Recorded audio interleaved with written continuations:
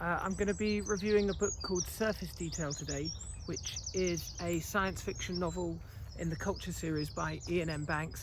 And it's fantastic. If you haven't read any of the Culture novels, you should give it a go, but maybe don't start with this one. Well, maybe, but this is a pretty full-on one, and it helps to have an understanding of the setting and what the series are about. And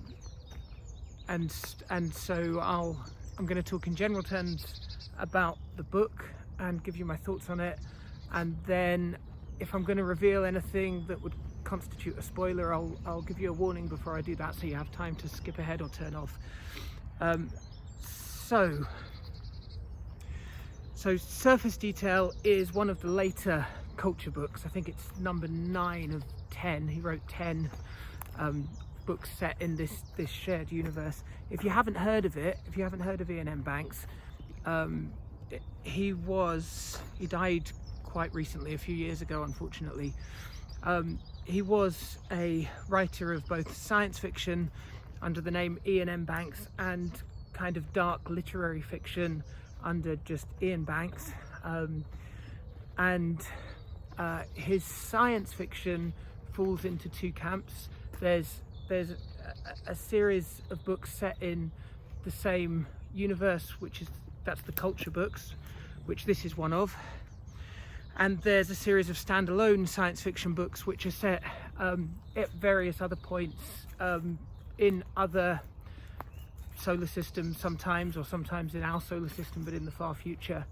But this one, Surface Detail, is set within the main Culture series, and the Culture is a very large post-scarcity, they call it pan-human civilization that's heavily includes artificial intelligence in the form of hyper-intelligent AI minds which run vast ships, sometimes vastly powerful warships. The AIs are often prominent or central characters within the books, and they are a lot of fun. They're often kind of what would you say, psychopathic. I was going to say, in particular reference to one of the AIs in this story. They're often eccentric, or just a bit strange or a bit warped. That said, the Culture is generally, they're the good guys. They're you can kind of do whatever you want if you're in the Culture, as long as you don't harm anyone else. You don't have to work. They're post-scarcity, so there's no money, and you can spend your life having fun and indulging your base desires if that's what you want to do, or you can be an artist, or you can be a soldier, or you can contact other civilizations. It's really up to you. And if you live in the Culture, then you have access to vast wealth of power and knowledge. You can change your sex, you can change your gender, you can live wherever you want, you can go off and live on a spaceship on your own if that's what you want to do, or you can spend your time on an orbital, which are the primary habitats in the Culture, which are these vast ring structures which orbit stars and house billions and billions of people. So in a nutshell, that's the setting that these books are set in. This one in particular, it's very interesting for a lot of reasons. So it's got a lot of philosophical ideas that it explores in this one. So one of the things which we've come across before in the Culture books, one of the ideas, and in science fiction generally, is the idea of being able to upload your consciousness to a machine and then live on as a virtual version of yourself. And so that's been explored in other Culture books, and as I say, it's like a mainstay of science fiction now.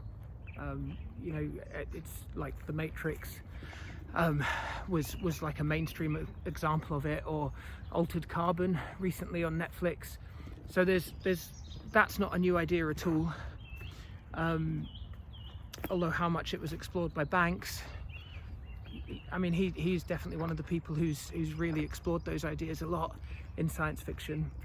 But there's an aspect of that which is the heart of these books, and that aspect is to do with digital afterlives. So the idea is that various societies, not just the culture, but many different societies, when they reach a technological point of being able to upload their consciousness, transfer their consciousness into a machine so it can run in a substrate, like a non-organic substrate, like in a computer.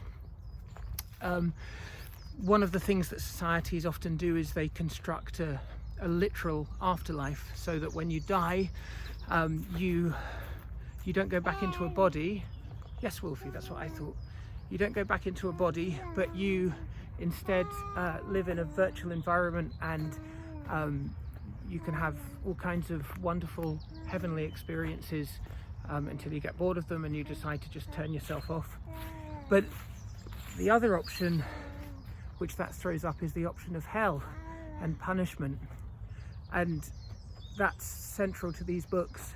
So lots and lots of civilizations invent hells, maybe as a way to keep people in check. Like, it's not just a religion, it's not just an idea that maybe you're going to go to hell when you die if you're bad, but it's a fact. We will capture your soul and we will put you in unimaginable torment for the whole of eternity, so you better behave. And that is seen as a bad idea by the culture. It's seen as something that, for obvious reasons, it's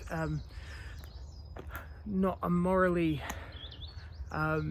laudable thing to do, and perhaps it's one of the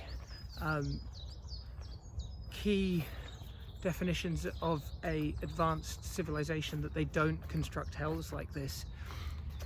Anyway, they're prominent throughout the galaxy, and the culture, because they're the culture, have a policy of not interfering with other civilizations, or at least not being seen to, although there's a department within culture called special circumstances, which are involved in espionage and counter-espionage and doing sneaky stuff. And so maybe that's the kind of thing that that special circumstances would get involved in, i.e. trying to shut down something as abhorrent as virtual hell. Then, so that's like the setting and the theme, and then within that there are various strands. There's a couple who are academics who have snuck into one of the virtual hells in order to record it and prove its existence, and they then, the idea is that they experience it, they record it, and then they get out back to their bodies, and they then take this information to the people. So that's kind of one strand. There's another strand which is about basically a slave girl who is like an indentured servant, but it's a bit more complex than that. But basically that's what it is. She's an indentured servant to the richest man in a particular star-spanning civilization. Not just rich, he's also real bastard, not a good guy. And so we've got her thread as well. Her thread, it's not a spoiler because it happens very early on, like in the first chapter. She dies, and then, against all expectations, finds herself essentially reincarnated on a culture ship. And then the story becomes largely about her finding about where she is and then setting out on a revenge quest. So we've got that thread as well. That's one of the main threads. Then there's also the other thing that's going on at the same time as all this, and it all begins to draw together, is there's a war going on in the hells. So a virtual war that's being waged between two sides. One side is pro-hell, the other side is anti-hell, i.e. one side thinks that there should be hells, they should exist, the other side thinks hells should be shut down, and they've agreed, these two sides, that whoever wins this virtual war, that will decide the fate of these virtual hells. So you also get this thread that follows a particular soldier within these virtual wars, reincarnated again and again in various different military scenarios, from medieval to space combat to weird, strange combat within forms of life that we would barely recognize as life. Just like weird, out there science fiction ideas that are amazingly executed, although a bit mind-bending. And so that's the kind of setting and the plot in a nutshell. And I would say, yeah, this is a fantastic book. It's absolutely chock full of crazy ideas, interesting philosophical ideas, wonderful characters, like vivid, sometimes hilarious interactions, particularly involving various weird and wonderful aliens and these hyper-intelligent ship minds, the AIs.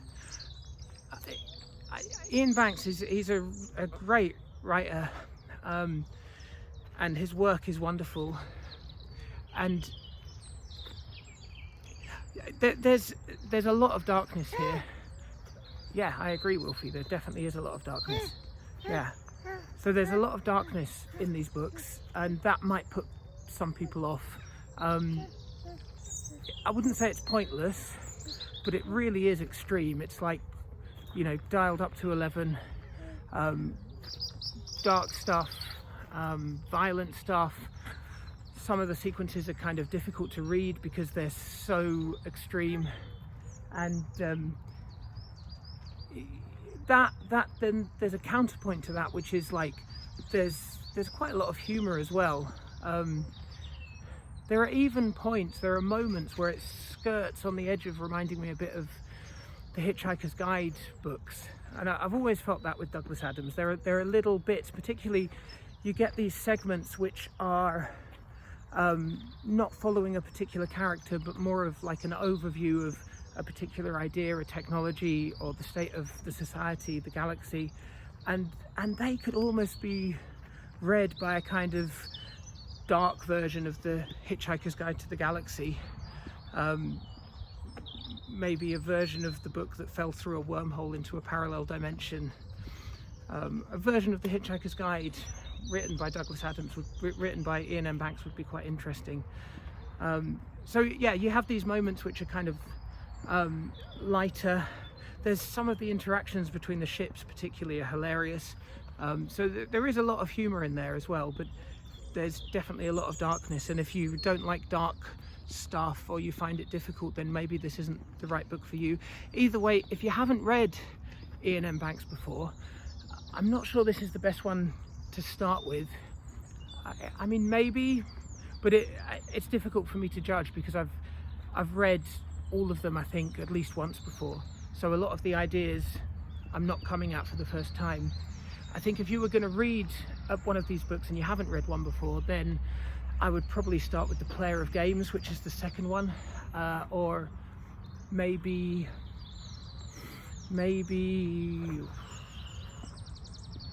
Matter. I really liked Matter, but you know, either way, I think you're in for a treat if you kind of make the effort of getting into it, because they are fantastic. They're so detailed and imaginative and intricate and interesting. What are the problems with it?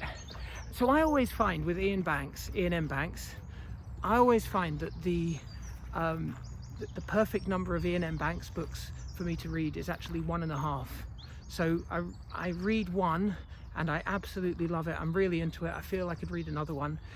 And then about halfway through the next one, I lose interest, or maybe I become a bit overwhelmed or saturated with it. And that's partly the dark stuff and the violence. It's I do feel that like takes a toll after a while. It just becomes almost a bit repetitive. It's just so imaginatively dark and distressing and twisted, and that all that stuff is like, it's interesting and it's funny, and it serves a role within the books, but it's also, I just get oversaturated with it, I think. So that's one of the reasons. The other reason is they're so dense and complicated, and they kind of make your head spin. The plots are really intricate. I often come away from it feeling like I've got maybe, 75% of it, or if that, but then that means that it does reward rereading, because I've had the experience with a couple of these books that I've come back to it like 5 or 10 years later, and it's almost like I've read a different book, and there's all kinds of things that I didn't get the first time round, even though I enjoyed it the first time round. So the other thing is the names. Oh my god, the names are so difficult to pronounce. Almost to the point where I'm like, oh yeah, that's the one that begins with A, or that's the one that is a droid that's a bit psychopathic, or whatever it is. I don't think of the characters as their names most of the time. Though, to be fair, so I listen to this as an audiobook, as I do with most books at the moment, and it's narrated by Peter Kenny, and he's fantastic. He does a wonderful job of doing all the different voices for different aliens, for the machines, for the different main characters. He does a wonderful job at determining how to pronounce the names, which I don't think is easy, but he has a go at it, and it seems right to me. And so I think he's a really wonderful narrator, and that certainly makes things easier with regards to the names. Well, spoilers. Okay, how did I feel about the book as things unfolded? I think it was paced well. I don't think there were any moments where it particularly dragged. I can think of one scene, actually, one chapter that was a flashback scene with one of the main characters, which felt a little bit unnecessary, and it also felt a bit like, oh, there's just gonna be something horrible that happens here, and do I want to read it? It's that, but that's the only chapter like that. Everything else I think was necessary, including the scenes of excessive violence in hell, which again were very difficult to read, though they were kind of darkly funny as well. They were just so over the top, vivid and gruesome, like one of those paintings by, what's his name, Bock? Can't remember. You know who I mean. The guy who does those incredibly vivid, distressing, intricate pictures of hell. Anyway, that's what this book is like. It's just, these scenes are so ridiculously over the top. I thought the ending was good. Everything flowed together nicely.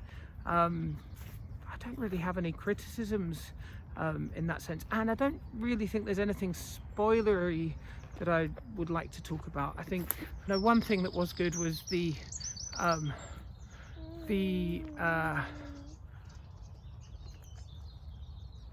main ship that's transporting Ladeja, the intagliated servant, the ship that's transporting her back towards her home planet, the lack of normal moral constraints. There's a sequence where that ship gets jumped by a hostile ship, and the hostile ship doesn't know what it's let itself in for, and that's fantastic and really fun. But is that a spoiler? I mean, that kind of happens in a lot of culture books. Yeah, anyway, so all in all, I'd say, yeah, really a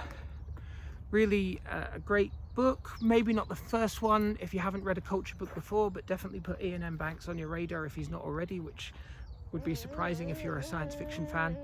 And let me know what you think. Let me know what you think about the culture books and about this one in particular.